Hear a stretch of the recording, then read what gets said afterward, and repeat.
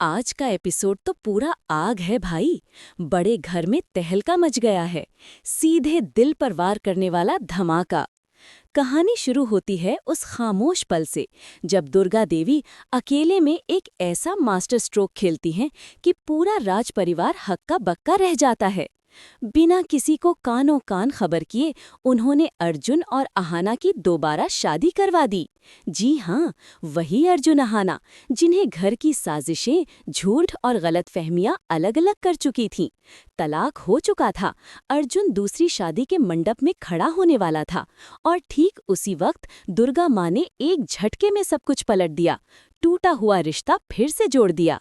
जब ये राज खुला तो हॉल में कयामत आ गई। सबसे ज्यादा करंट लगा 3 लोगों को, पोल्टू, चाचा जी और सबसे ज्यादा हमारी खतरनाक पिशमुनी को। पिशमुनी तो जैसे बिजली का खंभा लग गई, मुंह खुला का खुला रह गया। उनकी आवाज तक कांपने लगी। भाभी साहब, ये क्या मजाक है? पोल्टो तो उछल पड़ा जैसे उसके सारे प्लान पर कोई ट्रक चढ़ गया हो। माँ जी, ये सच है? मेरी सारी मेहनत, सारी साजिशें, सब बेकार? चाचा जी ने अपनी समाज की इज्जत का राग छेड़ा। दुर्गा, हमने तो निमंत्रण भेज दिए हैं, अब लोग क्या कहेंगे? हमारी नाक कट जाएगी। लेकिन दुर्गा देवी तो आज हिमालय की तरह अडिग खड़ी थीं। एक झटके में सबको चुप कर दिया।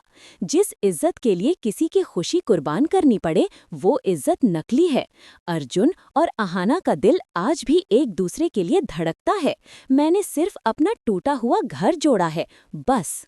घर की सारी बहुएं एकदम से माझी के साथ खड़ी हो गईं। बड़ी बहू बोली, अहाना इस घर की सबसे योग्य छोटी बहू है, माजी ने बिल्कुल ठीक किया।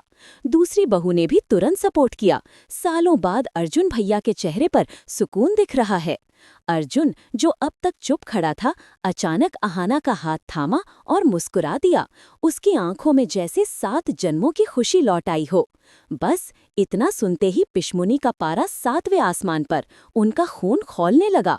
वो चिल्लाईं, ये बहुत गलत हुआ भाभी साहब। एक औरत जो घर छोड़कर भागी थी, जिसने हमारी इज्जत मिट्टी में मिलाई, वो आज फिर दुल्हन बनकर लौट आई और आप उसके सम्मान में भोज दे रही हैं। इतना कहते हुए उन्होंने पास की कुर्सी को जोर से लात मार दी और अहाना के सामने आकर खड़ी हो गईं। उनकी आंखें लाल, जैसे अभी आग उगलेंगी। अहाना, तू वापस क्यों आई री? तू इस घर के लिए अपशगुन है, काला साया है तू। वो अगला जहरीला तीर चलाती इससे पहले ही पूरे हॉल में अर्जुन की गरजदार आवाज गूंज उठी। बस अब एक शब्द भी नहीं पिशमुनी जी। अर्जुन आगे बढ़े और अहाना को अपने सामने ढाल बनाकर खड़े हो गए। उनकी आंखों में अब सुकून नहीं, शेर वाली आग थी। आप घर की बड़ी हैं, इसका मतलब ये नहीं कि आप किसी को भी अपमानित करेंगी। गलती मेरी थी, मैंने गलत फहमियों में आकर अहाना को जाने दिया। आज मेरी माँ ने मेरी गलती सुधारी है।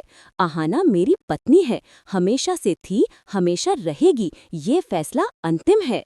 फिर अर्जुन ने अहाना को अपनी पीठ के पीछे कर लिया और आखिरी वार किया। आज के बाद अगर किसी ने भी, खासकर आपने, अहाना को एक भी अपशगुन वाला शब्द कहा तो उस दिन से मैं इस घर के सारे रिश्ते नाते तोड़ दूंगा।